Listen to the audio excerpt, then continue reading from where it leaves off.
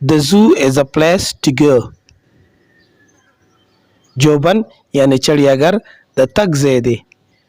نو په دې کې جوبن یا چړیاګر زموږ سره نوم دی او ورسره د نوم په باره کې چې کوم بیان کېږي هغې ته موږ ایجیکټیو وایو.